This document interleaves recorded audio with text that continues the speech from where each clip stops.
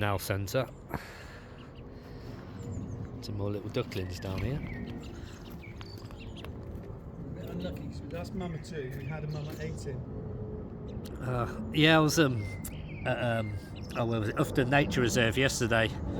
I saw a couple of little families of ducklings paddling around there. They're a bit smaller than these ones though. Mama 8 she was one of last year's set. My girlfriend fed all the chicks. Yeah.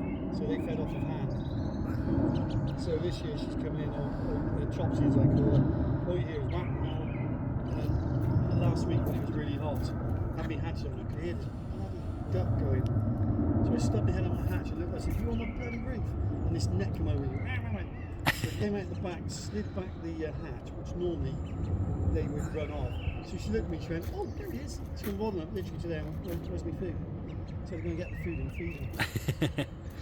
That's the thing, it's a shame I haven't got anything with me to give them, but Oh, so I've got loads in the back of the boat. oh, they get fed well down here then. They don't go hungry.